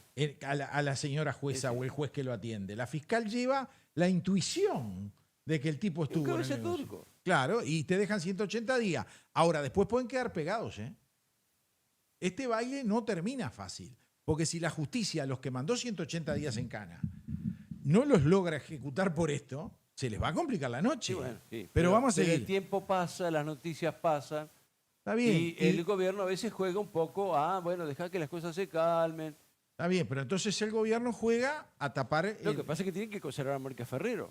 Ese es el tema. Bueno. El gobierno no la quiere, le parece que está afín a la oposición, y la oposición está firme en que ella ascendió por corredera, que es la que merece el cargo. Por la derecha. Pero sí, corredera de derecha sucede en las fuerzas policiales y militares. Sí, le correspondía el cargo. Lo que pasa es que ahora hay que confirmarla y para eso sí hacen falta los votos, no solo del gobierno, sino de la oposición. Y si no, seguir ahí, como estuvo Gómez. Claro, teniendo el puesto así, teniendo la vela, hasta que en su momento, y no solamente los años de este gobierno, No. Pues son 7 años. Exacto. O sea, 2 años más va a tener Exacto. que... Pero lo que pasa es que el nombramiento fiscal de corte implica un paquete de 5 asuntos, que está la Corte Electoral, el Tribunal de Cuentas, el Contencioso Administrativo y la Fiscalía. Si no sale uno, no sale ninguno. Porque la oposición pide los lugares. Es una negociación intraparlamentaria muy fuerte que se ha llevado al tal límite en algún momento y se retrocedió. Hasta el límite se retrocedió. Y mientras tanto, la sustituta, en este caso la fiscal en ejercicio de la Fiscalía, es Ferrero, es Mónica Ferrero. Bueno, pero sigo, mire, esta persona por el que imputaron el día de ayer, esta persona tiene antecedentes penales. No vive en el Cerro, dijo una fuente del caso a El País. Para la mujer que estaba detenida por este caso, se dispuso el cese de detención y quedó en libertad. Esa mujer y que está detenido colaboraron con la fuga. Fueron los que robaron el vehículo y los que le prendieron fuego. Sí, pero ¿y por qué la dejaron libre? Bueno, porque no hay implicancia directa. Si vos estás haciendo de campana, te chupa el sistema. No, el que manejaba el vehículo y lo robó, ese sabía cómo... Yo a esta altura no sé si al que imputaron estaba o no haciendo de campana. Bueno. Capaz que lo dijeron, vos, este tiene antecedentes de esto, cargalo. Sí, bueno, no sé, yo no creo en el sistema de las fiscalías actuales, ojo. Los autores materiales del hecho. Bueno, pero ahí vamos al tema. Eso. Mirá, para la mujer que estaba detenida por este caso se dispuso el cese de detención y quedó en libertad. La investigación continúa en busca de más responsables y tiene una reserva judicial dispuesta. Sobre las 5 de este domingo, al menos 2 personas ingresaron por el techo al patio trasero de la casa de la fiscal Mónica Ferrero, donde descansaba su familia. Lanzaron una granada, dispararon al menos 2 veces contra las paredes de la vivienda. Fue todo lo que hicieron. Las primeras informaciones de la prensa dijeron que habían hecho un pozo y que habían enterrado una posible bomba. Eso fue la granada que hizo el agujero. Exactamente. Que no sean burros. Sí. Por cierto, no es una granada militar que yo tuve la oportunidad de manejar, no hay por qué decir en qué circunstancia. Sé lo que es una granada de fragmentación, una de humo, una de estruendo, hay varios tipos de granadas. La de fragmentación es la que conocemos de las películas, que se tira de una anilla, sale el pestillo y a los 10 segundos explota. Si esa granada es tirada en el suelo, la explosión más o menos forma el agujero que podría ser, en este caso cayó sobre el hormigón, partió el hormigón y formó lo que sería una palangana, digamos. Pero esa explosión, si es de fragmentación, que yo no estoy seguro, puede haber sido de expansiva, que se llama, que contiene un cierto elemento que hace que la expansión sea muy ruidosa y además que golpee el aire de tal forma que todos los vidrios que están alrededor, de hecho ocurrió, rompió el vidrio de la ventana, de la puerta de la cocina, incrustó los vidrios, si hubiera habido en la cocina probablemente hubiera resultado dañado, lo incrustó en la pared y en un mueble que estaba allí. De manera que la granada fue utilizada en el patio, como dijo Horacio, causó la explosión, se hizo un buraco, es obvio, y la explosión es básicamente en este sentido. Por eso que en la guerra ustedes vieron que se tiran al suelo, porque la granada si cae ahí, explota hacia arriba por el hueco que forma, a no ser que se la tiren arriba de la persona. Bueno, dice así, la investigación derivó rápidamente en la detención de un hombre y una mujer y en la incautación de un auto y una camioneta que habrían sido utilizados por los delincuentes para desplazarse. Que además estaba robado. El ataque fue preparado y no pudo ser evitado por los efectivos de la Guardia Republicana, como ya sabemos, que estaban en la vereda, del lado de afuera, no tenían contacto con la fiscal, porque vos tenés que tener diálogo con tu custodia, porque si no estamos todos locos. Totalmente. Y la tenían en una cabina de fibra de vidrio, que si querían darle en serio, los hacían un colador de pasada, como hacían los tupas en sus tiempos viejos, ¿no? No se puede creer la negligencia de los jefes, porque son los jefes. Los policías que estaban allí, en este caso los dos guardias que estaban allí de la Republicana, no tienen ninguna responsabilidad. Los culpables son los jefes encargados de ese servicio. No puede ser que esas personas estén allí al santo Pepe, porque lo único que ven son autos pasar, mientras una residencia donde está la persona más importante de la Fiscalía de Uruguay, que nos representa, estaba poco menos que inerme. Porque, como dijo bien Horacio, si le hubieran querido matar, la hacen pomada. Creo que la fiscal no estaba allí, yo no se lo pregunté el otro día cuando hablé con ella, no me dio para preguntarle, pero hubo daños materiales nada más. Obviamente que si le hubieran querido matar, la mataba. Hay 1000 formas de matar a una persona después que entraste a la casa. Por el techo, en el patio, en la cocina, que realmente está. ¿Quién deja la cocina cerrada? Solamente los que vivimos en un apartamento, no tenemos más remedio. Entonces, hay otro aspecto que yo lo puse de manifiesto en Twitter. Hay 3 cuerpos especializados de la Jefatura de Montevideo. El Cuerpo de Seguridad Judicial, que debería cuidar también a la fiscal, a todos los jueces y a todas las sedes, que ustedes no saben lo que son esos. El que no es acomodado es gordo, y el que no es un imbécil, y el que no es un inepto, y el que no juega todo el día con el celular. El otro cuerpo es el de seguridad legislativa, que son los que cuidan a los legisladores, que es la guardia que ustedes ven ahí habitualmente alrededor y dentro del Palacio Legislativo. Esos cuidan a todos los legisladores, obviamente en los edificios. Esos los seleccionan un poco mejor, pero tienen la pésima idea de que cada vez que cambia el gobierno, cambia el 90%, incluyendo al jefe de la seguridad legislativa, lo que hace que los que entran no conocen un pomo. Por eso la anécdota de Mujica, cuando entró en la moto y la paró en el lugar de un legislador, dijo, usted se va a quedar mucho ahí. Y si me dejan 5 años, dijo Mujica. Porque el policía que lo interceptó para saber si el lugar que ocupaba Mujica con la motoneta era el de él, no lo conocía. Porque llegan nuevos y los nuevos no saben un pomo. Entonces, si alguien un día pone una bomba en el Palacio Legislativo, la culpa la tiene el jefe que dispone ese servicio. Y hay un tercer cuerpo, que es el Cuerpo de Seguridad Diplomática, que es muchísimo más importante, que también es un caos absoluto. Ninguno de esos 3 cuerpos tiene ni el armamento, ni el entrenamiento, ni el personal, ni las directivas, como dijo Horacio, ni siquiera la comunicación con la fiscal, que además es una persona, no digo que paisana, pero una persona muy abierta. Perfectamente se podían comunicar con ella, incluso si yo hubiera sabido de antemano, le podían haber comunicado. Esto es la negligencia absoluta de los sistemas de seguridad de nuestro país. Pero aparte de decir más, vos dijiste el Palacio Legislativo. Hubo una persona que hace unos montón de años atrás, creo que 10 años, si no hace más de 10, 15 o 20 años, se suicidó en el Palacio. Sí, sí. Entró armado, fue a un baño y se pegó un tiro. No recordaba eso, es verdad. En un baño y lo encontraron al rato, pero no sé cuántas horas después cuando fueron las limpiadoras. Miren que el Palacio Legislativo, el anexo del Palacio, es una papa entrar. Pero ¿qué pasa? Vos después que ganaste el anexo, te vas por el túnel y entras al Palacio Viejo. Claro. Donde a veces están en sesión. Como dice mi nieto, al Castillito. Porque lo miran de lejos y dicen Además, Castillito. eso de Palacio es una tontería porque ahí no vive nadie. De hecho, es una rémora de la época de la colonización porque en los palacios vivían los reyes. Y los parlamentos, que es ese edificio, justamente se hicieron para controlar al rey. O sea, es un oxímoron brutal llamarle a eso palacio. Es el Parlamento, el edificio de la sede del Poder Legislativo. Bueno, ahora yo voy a cambiar de tema. Porque hoy estamos con este y está muy largo. Este título es genial. La Intendencia de Montevideo autorizó a DION a usar más de 32.000 horas gremiales en 2024. Usted eso sabe mucho. Escuche. Antel otorgaba, me acuerdo que 5.000 horas al año. Y era un disparate. Pasar rascándote el higo. A Sutel se la daban, ¿no? Pero 32.000 horas es de comunal, ¿no? Es más de lo que se puede hacer en un año. No, pero no la pueden gastar. Y no si las gastan, se las dan a gente que no está teniendo actividad sindical. Está paseando. Vení, necesito un día, voy, no tengo más día para tomarme porque ya gasté todas las opciones. Que la Intendencia de Montevideo tiene 1.000 opciones para no ir a trabajar. Te lo garantizo, tengo amigos que la lograban hacer, trabajar en el área de casino. Y decía, vos nunca estás trabajando. No, porque hoy aplico esto, mañana aplico lo otro, después aplico tal cual, de toda la vida. Porque la Intendencia de Montevideo políticamente siempre funcionó con cargos políticos, históricamente, desde que yo la conozco. Y ya tengo 63 pirulos. Pero estos muchachos, esta gente compró el silencio, el frente, en ese caso fue Carolina Cose, 2024.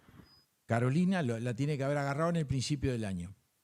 Entonces dice así, la información brindada por las nuevas autoridades ante la Junta de Montevideo analiza las finanzas municipales del último año de la administración de COSE. En la bancada nacionalista elevaron un pedido de informes exigiendo más detalles. Dice, desde hace varios días la Junta Departamental de Montevideo y las nuevas autoridades de la comuna capitalina están discutiendo los detalles de las finanzas municipales correspondientes al último año de la administración de Carolina Cose. Y en muchos casos las conclusiones sobre el panorama financiero que el intendente Mario Vergara ya ha reconocido que es complejo, a tal punto que tomó medidas que incluyen una serie de recortes, generaron preocupación en la oposición, que a su vez reclama por más información que vienen dando los recientes asumidos jerarcas de la Intendencia. Además de datos como el que el 45% de los funcionarios cobra una compensación, escuchen esto, del 30% de su salario por trabajar los días sábados. La bancada de ediles, tuviste bien reírte porque yo no lo puedo hacer porque estoy leyendo, la bancada de ediles de la oposición también marcó su sorpresa al conocer la cantidad de horas gremiales que usufructuaron los 15 directivos del Consejo Ejecutivo de la Asociación de Empleados y Obreros de ADION. ¿Tá? O sea, es algo descomunal. Aparte, ¿usted cree que el 45% de los funcionarios de la Intendencia trabajan los sábados? Yo nunca vi ninguno. No sé.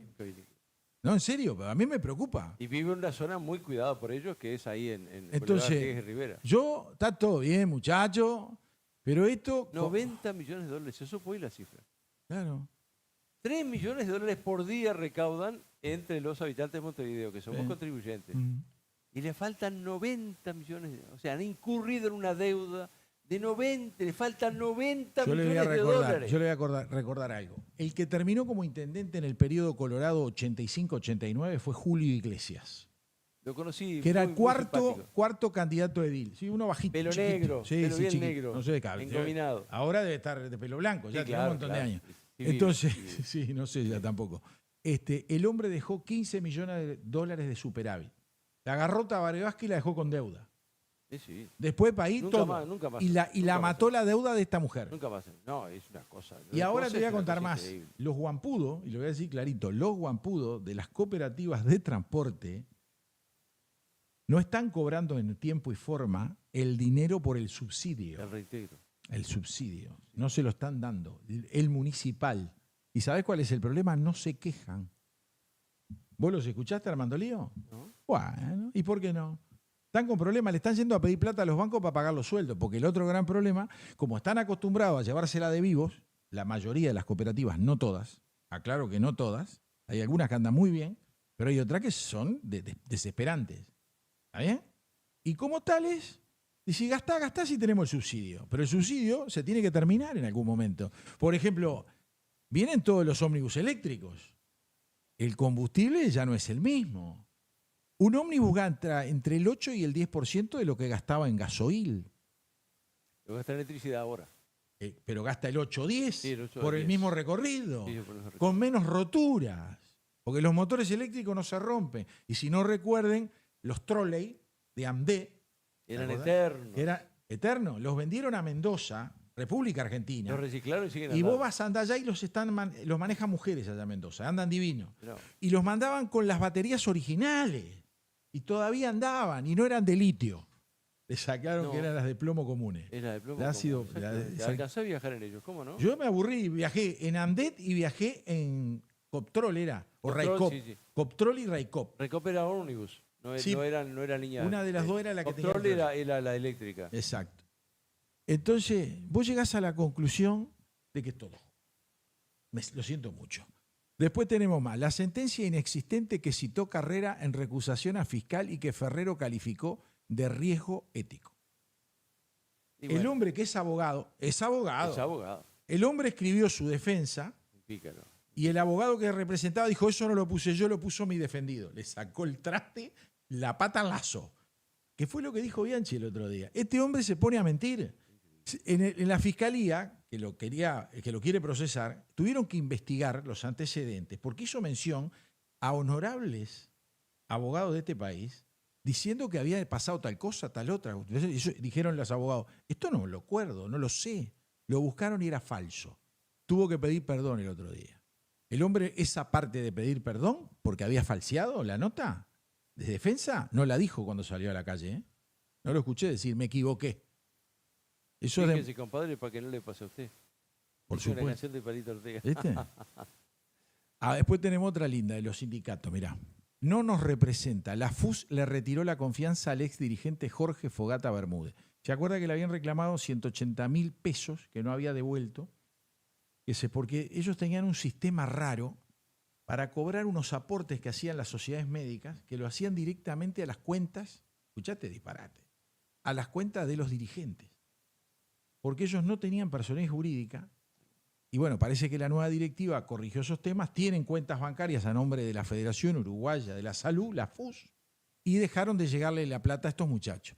Parece que había 180.000 pesos que no devolvía. Lo intimaron con telegrama colacionado, le dijeron, Acá de ahí, suficiente. ¿no? Y a los 3 días lo devolvió, pero lo quemaron públicamente. Pero el problema fue que le pusieron todo una, ¿cómo te puedo decir? Una auditoría. Entonces hicieron así.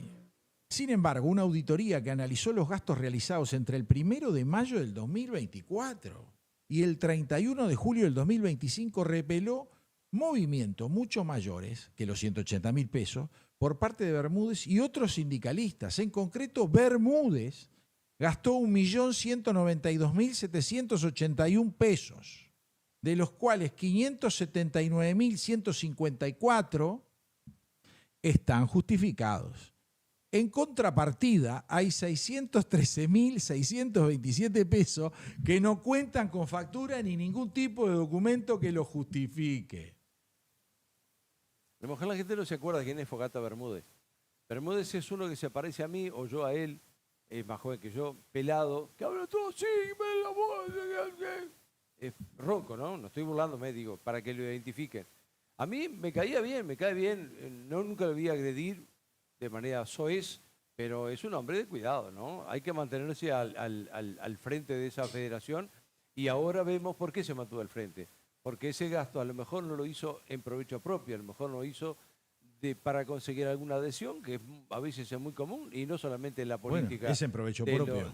Discúlpeme que bueno, del cargo sí, pero no lo gastó. Para conseguir los votos, para que se mantenga ahí tantos años, provecho propio. También pasa en política, lamentablemente, así que digo, por las dudas, para quien no lo recuerda, le dicen el Fogata, no sé por qué le dicen Fogata, hay algunos... Porque en las asambleas es de incentivar. Ah, bueno. Le mete escándalo en la asamblea y arregla después. Ahí está. Mirá que los directores de las sociedades médicas lo quieren todos. Por eso, es un hombre... Todos lo querían. Es un hombre... Porque con habilidad arreglaba los líos con los directores. Pero bueno. Habilidades dirigentes, sin duda. Exacto. Pero el problema son los números. Bueno, ¿qué va a hacer? No les da. Yo le voy a pedir ahora, para ir despuntando un poquito, que ya son 21:03 antes de los mensajes, le voy a pedir el video de Salles. Lo tenemos por ahí, para divertirnos un poco. No, mi amigo Salles. Porque ahora me dedico a buscar esos videos yo. Reto Corporato Salsa, al son de la calle yo vengo a cantar. Reto Corporatocracia, conmigo rebelde la voy a tumbar. Como me ves, no llevo armas,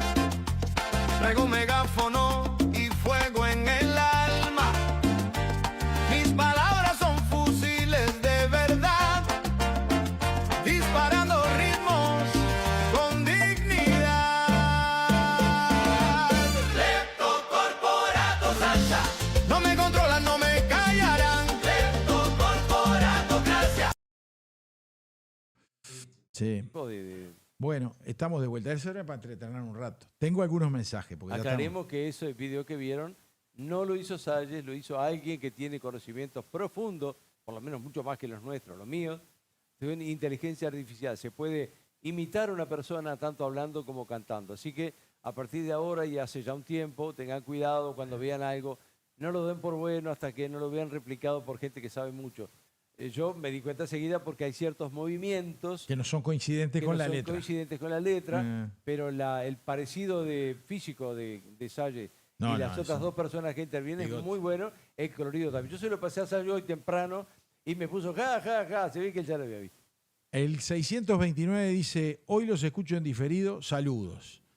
El 989 dice, Bonilla tiene que saber la historia del avión de Bustin, amigo de Tabaré y Ramón, y fue el novio del Alfano. Sí, fue novio, hace poquito era el novio del Alfano. Novio, sí. Bueno, ella decía que era el novio. El señor Bustin, sí. Hay noviazgos de distinto tipo en la vida. De distinto tipo, sí. Se presentó hace un tiempo como pareja de Graciela Alfano, una actriz y vedette de los años 80. Muy linda. Muy linda. Se mantiene muy bien además. Físicamente no sé si tendrá mucho retoque.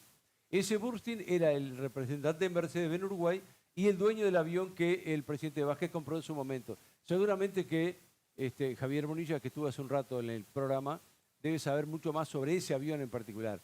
Era un avión ejecutivo, no era un avión para llevar camilla, ni mucho menos. Tenía creo que 8 plazas y era para eso, era para llevar gente importante de un lugar a otro rápidamente. Tengo un sobrino, comandante de aviación, que seguramente también sabe la historia de ese avión, porque los aviones, como los barcos, mejor dicho, como los buques, tienen historia. Se les lleva una especie de... bitácora. Una bitácora, en el caso de los buques, y en el caso de los aviones también la historia del avión. Nadie compra un avión si no está al día con un montón de cosas. El tenerlo incluso en un hangar gasta fortuna. Las licencias del avión propiamente, no del piloto solamente, se vencen. Me acuerdo porque hace poco Javier Bailey quiso intentar la posibilidad de comprar un avión él viaja mucho, es un escritor peruano muy conocido que hoy vive en Estados Unidos, y sacó toda la cuenta y yo se la mandé a mi sobrino, al comandante, y me dijo exactamente así. Te sale mucho más barato alquilar un avión y remar y hacer así con las manos que tener un avión propio. Por eso hay que tener una gran fortuna. Seguramente Burstyn, este hombre que le vendió el avión a Tabaré, la tenía la fortuna. No sé si ahora la tiene, yo creo que ya no vive en Uruguay. Está bien. El 494 dice, la tiene muy clara Richard Reed. Si no, miren el caso del triple homicidio de Flores en Buenos Aires, aquecido hace 2 semanas. La gurisa de 15 años ejercía la profesión más vieja del mundo. Desde los 13, el secundario nunca fue a buscarla. ¿Cuántos casos habrá aquí de gurisas ejerciendo la prost y secundaria omisa? Mientras tanto, Tribilín nos demuestra que se ganó una beca por estos 5 años. Ahora viajó a Europa a ver al Papa. Es de loco, dice. ¿Ya contaron las veces que fue Orsi a Europa en este último año? ¿Será que recibió órdenes de Pedrín Sánchez? Disculpen hoy mi verborragia. Como dice Lilita Carrió, lo adoro al pelado, dice. Ese es el por vos. Como adoro a su esposa. Ojalá todos fueran así. Bien, como adora. Adora usted a su esposa, Pérez. No se ponga celoso. El hombre dice, lo adoro al pelado. Como, está. Debe ser que conoce a mi esposa. Curiosamente, antes de estar casado con mi actual esposa, con Aida Vera, yo fui pareja muchos años de otra jueza. Pero usted no da puntada sin hilo, ¿no? Me crucifiquen por esto. Fui de una jueza muy conocida, Dora Zafir, que fue una de las redactoras de la Ley del Consumidor, entre otras cosas. Una civilista notoria. Ahora ya está jubilada. Pero lo suyo, las mujeres, con razón querés ser príncipe consorte. Las mujeres vos querés vivir de arriba. Mirá, no me busque pelado. No, usted dice que salta por la herida. La combinación de la inteligencia con la ternura. ¿Ah, no? Yo ando divino, ando fenómeno. Yo sé, si el que me está en otro nivel. No, ¿qué voy a estar en otro? Estoy feliz. El tema de la felicidad no es la plata, hágame caso. Pero Pérez, mire esto que es interesante. Muchos gurises con 4ª y 5ª generación inmersos en la indigencia. Sin duda. Cada vez más sin educación ni modelo familiar en la familia, habituados a que sus padres o abuelos estén presos y con muy mala alimentación, sin buena nutrición, alimentos no paco ni drogas. En los primeros años de vida, las pobres neuronas no funcionan bien. Totalmente, y son terreno fácil para las drogas. Tiene razón. Sí, no hay que ir nada lejos. Acá el 181 nos dice, ahora sí andan bien. porque me puse el micrófono bueno, claro. viejo. Bien, Usted anda bárbaro, el 4 no lo tocamos. Yo tuve suerte, el 4 lo dejamos quietito. Suerte, Arreglemos los otros 3. Yo creo que en aquel lo tenía bajo de volumen. Es posible. Usted sabe que creo que lo tenía bajo. Hay que dominar esos. Vamos a traer a alguien que Usted nos como salve. buen anfitrión me dejó el mejor micrófono y el mejor centro de cámara a mí y él se mandó Ahí solo a la está, paliza. el 500 nos dice, Aida de Verdi. Era Aida. Entonces tiene razón Javier. No, aquel, claro, era Aida de Verdi, Mirá ¿vieron? vos, la ópera Aida de Verdi. Claro. Giuseppe Verdi. Claro, pero ojo. La Sala Verdi en Uruguay se llama por él, justamente. Claro, Giuseppe Verdi, un compositor italiano que, entre otras obras, tiene la ópera Aida, que seguramente tiene alguna razón para haberle puesto ese nombre. Ahí está justamente el bumper, la presentación, la música de este programa está tomado de esa... Es cierto, no tiene derechos de autor, muchas músicas, temas musicales de la antigüedad. Tenemos por ahí el video de la desaparecida aparecida en Chile. Vamos a pasarlo, porque así lo comentamos en el próximo programa. Pero vos hay que escuchar esto porque es algo terrible. Vamos a ver algo increíble. Una detenida desaparecida de Chile que le habían dado por muerta y que estaba cobrando además por esto su familia, resulta que apareció en Argentina y es una falsa detenida desaparecida. Esto que están a punto de ver es tremendo. Miren, de hecho ya están hablando todos los medios, como vemos acá, revelan que Bernarda Vera sería una falsa detenida en Argentina. Así fue la reacción de la mujer detenida desaparecida que está en Argentina. Bueno, vamos a ver el video. Esto no se puede creer, realmente es un delirio. Así es como miente la izquierda. Preguntarle sobre los antecedentes de su madre como detenida desaparecida en Chile. Maximiliano reacciona sorprendido. No accede a una entrevista en cámara, pero sí admite que efectivamente su madre, a quien acompaña en Argentina, es Bernarda Vera. Dice que ella... Que de hecho es, como les decía, la falsa detenida desaparecida en Chile y que estaban cobrando en su nombre. Increíble lo que están a punto de ver. Siempre imaginó que este momento llegaría, que alguien la iba a encontrar. Asegura que ella no va a renunciar a la vida que ha llevado siempre, que es una mujer fuerte que no tiene miedo a nada. Un carácter coherente con lo que fue la vida de esta joven. Hoy, 52 años después de que se perdiera... Sí, coherencia con el robo, con la mentira, con la traición, y además esto es recontra ilegal, porque está cobrando. A su rastro en Chile encontramos a esta Bernarda Vera. Ahí está. Miren, esta es así era y así está ahora. Increíble, no puedo creer que esté pasando esto.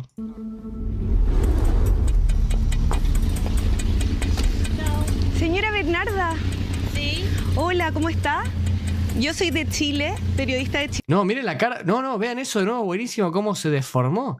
Como que dijo sí, porque pensó que era alguien que la conocía, pero cuando le dice periodista de Chile y le escucha el acento, se quiere morir, miren. Señora Bernarda. Sí. Hola, ¿cómo está? Yo soy de Chile, periodista de Chilevisión, de un canal de Chile. Quería ver si podía hablar con usted para saber de su historia. ¿Pero podemos hablar sin cámara? Solamente...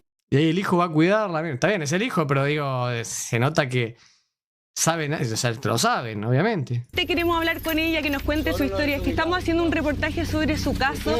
Entender solamente por qué figura como una detenida desaparecida. Están pasando por encima de las personas. No, pero podemos conversar. Qué cara dura. Él dice, ustedes están pasando por encima de las personas. Él y su familia y su madre pasaron por encima de la gente haciendo esto. Bueno, la verdad, este caso, es verdad también. Es cierto que la cantidad de detenidos desaparecidos en Chile es un número astronómico. Pero esta señora parece que se había ido por un pasaje por la cordillera hacia el lado argentino, luego se fue a Suecia, se hizo ciudadana sueca, se casó con un argentino en Suecia, volvió a la Argentina, vive en Buenos Aires. La familia de ella cobra las pensiones por desaparición forzada. Y aparte le dijeron, dice, a la familia chilena se le informó que había sido ejecutada por la dictadura y recibían una pensión de gracia por este concepto. Bernarda Vera Contardo, una chilena que aparecía en todos los informes oficiales como desaparecida, desde que asumió el gobierno militar chileno, vive feliz de la vida en Buenos Aires.